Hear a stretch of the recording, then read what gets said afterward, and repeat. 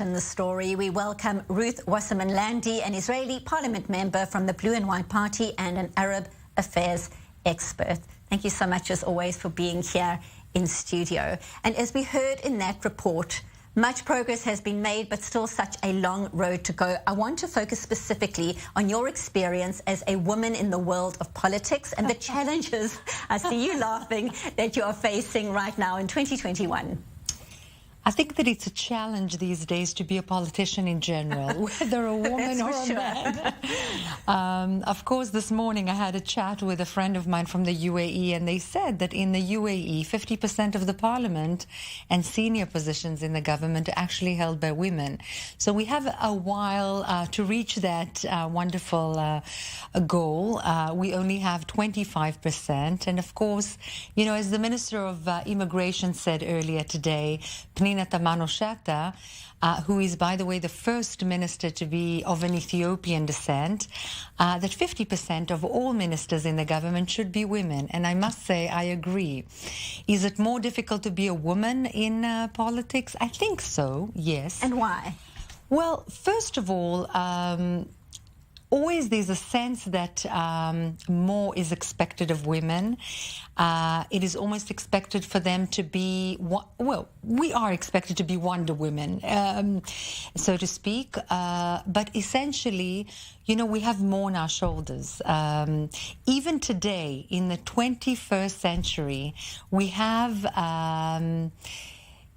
almost a responsibility at home that is not yet as equal, and we are expected to do precisely the same and even more.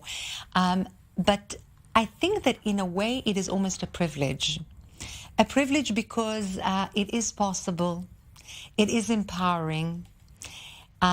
Only today I gave a speech at the plenary saying that being gentle and being soft-spoken and being polite is not a weakness, it's a strength. And we must all change the discourse between one another, whether members of Knesset, ministers, the general public. And I think women can set the tone in that regard. I want to pick up on what you say about women setting the tone, because obviously globally there is a fight against the coronavirus pandemic, and we've seen female leaders in certain countries at the forefront of that fight. Talk us through how this encourages other women into leadership positions and how important that is right now. Role models are everything. If we see women prime ministers and heads of state really leading the fight in this terrible pandemic worldwide, that's an amazing example, really leading by example. But, you know, I also heard today, I was in a number of panels with amazing women from all over the world. One Pakistani young girl simply told her story of wanting to be married, not her wanting, her parents and family and social background wanting her to be married off at the age of 11. And her fight against girl marriages in a country like Pakistan, with society not really supporting, to say the least. And when I talk about role models of heads of state, and when I look at that girl, she's no less of a role model for any woman. Any woman.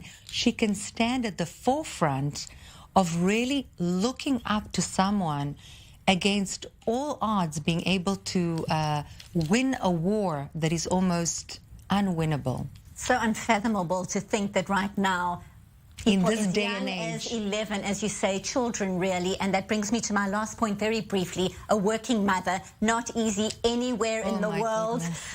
I can relate. Talk us through how you manage to find some semblance of a balance. So the weekends do a very big job to make up for the week, especially now prior to elections, which seem to be coming again and again and again in this country. It's not very easy to balance, but usually in a job, it is possible to balance. The weekend, the evenings, the mornings, to try and really, when you're there at the given point of time, to be all there and not half there on the phone or somewhere else. I think that's the answer. Ruth Wasserman-Landy, as always, we appreciate your insight and your Likewise. time. Thank you so much, Thank as you. always, for being in studio.